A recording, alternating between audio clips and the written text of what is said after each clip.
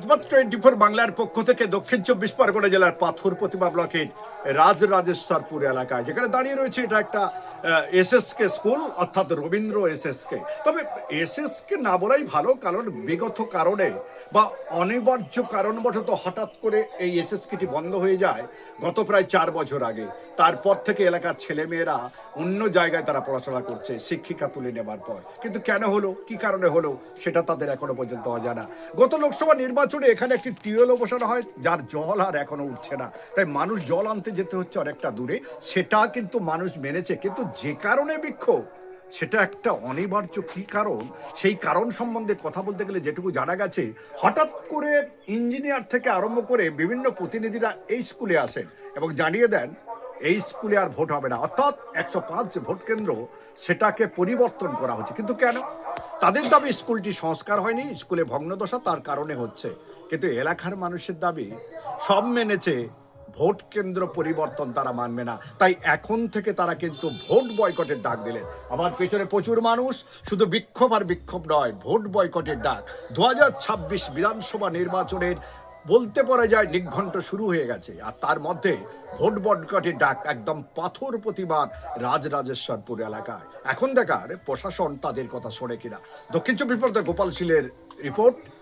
Vote কেন্দ্র অন্যত্র সরিয়ে নিয়ে যাওয়া যাবে না, যাবে না, যাবে না। যদি এ ধরনের কোনো ষড়যন্ত্র হয় তার বিরুদ্ধে আমরা লড়বো। যদি এই ধরনের কোনো ষড়যন্ত্র হয় তার বিরুদ্ধে আমরা লড়বো। এসএসকেএম স্কুলে ভোট তোমায় করতে হবে। আপনারা আজকের বিক্ষোভ করছেন, এই বিক্ষোভ কেন, এবং ভোট বয়কটের ডাক দিচ্ছেন কেন?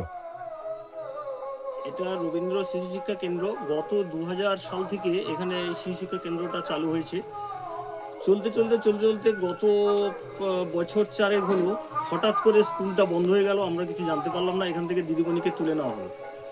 এবার স্কুল বন্ধ হওয়া সত্ত্বেও ভোট কেন্দ্র একটা হয়েছিল, ভোট কেন্দ্রটা চলছিল। ভোট কেন্দ্র ওই স্কুল শুরু হওয়ার সময় থেকেই শুরু হয়েছিল, সে ভোট কেন্দ্র আজও পর্যন্ত চলছিল। কিন্তু হঠাৎ আমরা কিছুদিন কয়েকদিন হলো শুনতে পাচ্ছি যে এখান থেকে ভোট কেন্দ্রটা সরিয়ে নিয়ে অন্য কোথাও করবে। কিন্তু এখান থেকে ভোট কেন্দ্রটাও বা কেন সরিয়ে নিয়ে যাবে, স্কুলটাও বা কী কারণে বন্ধ হয়ে গেল সেটাও আমরা জানলাম না। ভোট কেন্দ্রটাও বন্ধ করে দিতে চাইছে। এখানে আমরা ঘরটা একটু ভেঙে গেছে, তার জন্য প্রধান সাহেবের কাছে আবেদনও জানিয়েছি যে যাতে ঘরটা সারিয়ে দেওয়া যায়, ভোট কেন্দ্রটা যাতে চালু থাকে। কিন্তু তা সত্ত্বেও শুনছি যে ভোট কেন্দ্রটা এখান থেকে অন্য কোথাও ট্রান্সফার করা হবে। কিন্তু কেন, কি চক্রান্ত? এখানকার ভোট কেন্দ্রটা বন্ধ করে দেওয়ার পেছনে কি অন্য কোনো দুরভিসন্ধি রয়েছে? তাতেই আমাদের সন্দেহ হচ্ছে। আমরা ওর জন্য প্রতিবাদ করছি, ভোট কেন্দ্র যাতে এখানে থাকে। যদি ভোট কেন্দ্র না থাকে তাহলে আমরা আরও আন্দোলন করব এবং বৃহত্তর আন্দোলনের পথে নামতে হলেও আমরা নামবো।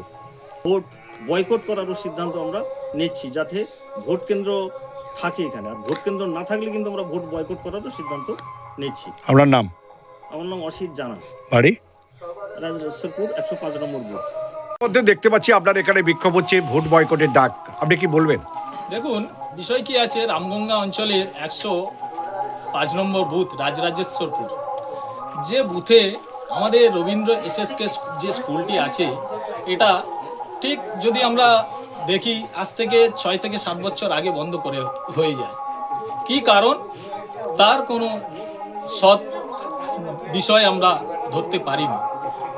এটা বিষয় কি আছে যে এই স্কুল বন্ধ করে দেওয়ার যে লক্ষ্য, সেই লক্ষ্যে যদি আমরা পৌঁছই, দেখা যেতে যায় যে এটি একটি রাজনৈতিক বড় ষড়যন্ত্র ছিল। আর আজকের সেই স্কুলে বিগত লোকসভা, বিধানসভা, পঞ্চায়েত, সামনের বিধানসভা আসতে চলেছে, স্কুলটি প্রায় ভগ্ন অবস্থায়।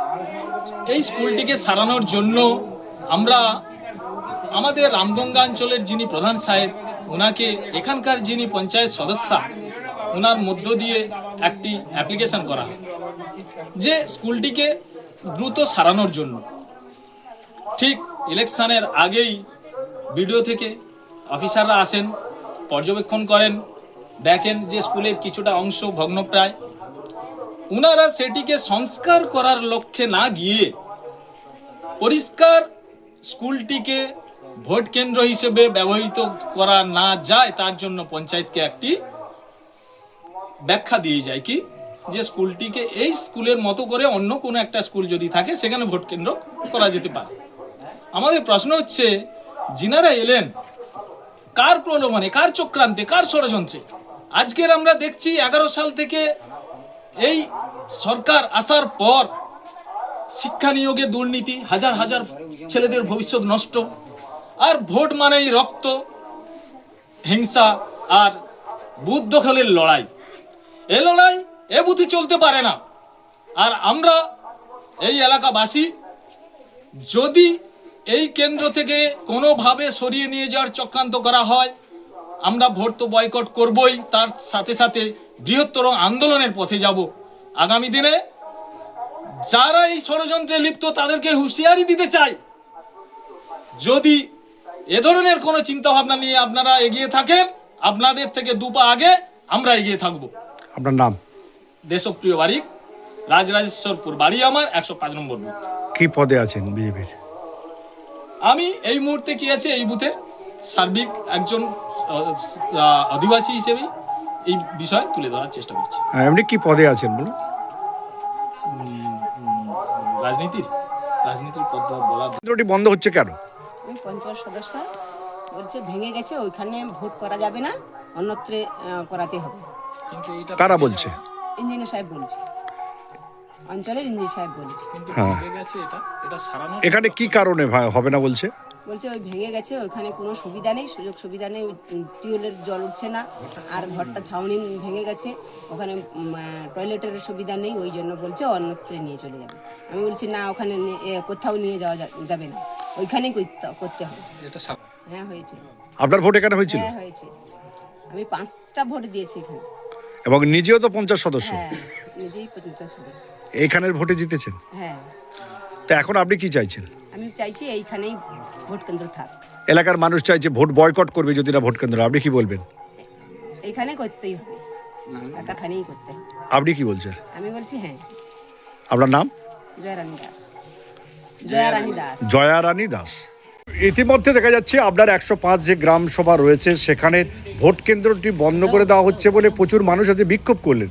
তাদের দাবি ভোট কেন্দ্র যদি বন্ধ করে দেওয়া হয় তাহলে তারা ভোট বয়কট করবে। আপনি কি বলবেন?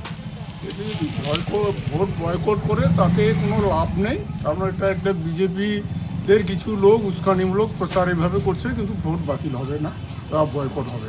কিন্তু ভোট কেন্দ্র কেন সরানো হচ্ছে? ঘরটি তো বহুদিন থেকে আনফানের সময় থেকে ভেঙে পড়েছিল।